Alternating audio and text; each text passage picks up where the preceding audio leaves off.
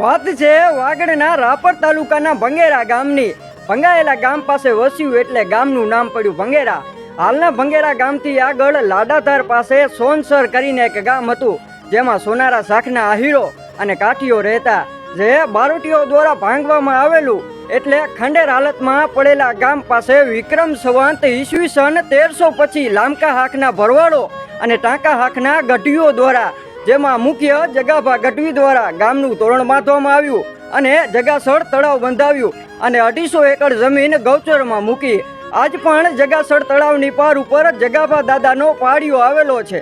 ભંગેરા ગામમાં ચારણ સમાજનો 9 લાખનો અખાડો આવેલો છે, જેના પૂજારી બબાભા દેવસુરભા ગઢવી છે.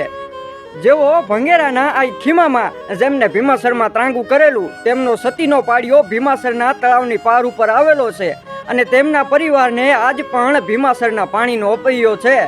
ભંગેરામાં આજથી વર્ષો પહેલા પાવાગઢના રાજાથી સુતાર કારીગરોને બચાવવા ચારણે પોતાના જીવનું બલિદાન આપ્યું એવા ગઢવી આપોલાડો થઈ ગયા, જેમનું યુદ્ધમાં માથું પડ્યું અને ધડ લડ્યું. માથું તેમનું ભંગેરામાં અને ધડ લડતું નાંદા પાસે પડ્યું, જ્યાં તેમનું મંદિર આવેલું છે અને તેમના નામ પરથી ભંગેરામાં લાડાધાર આવેલી છે.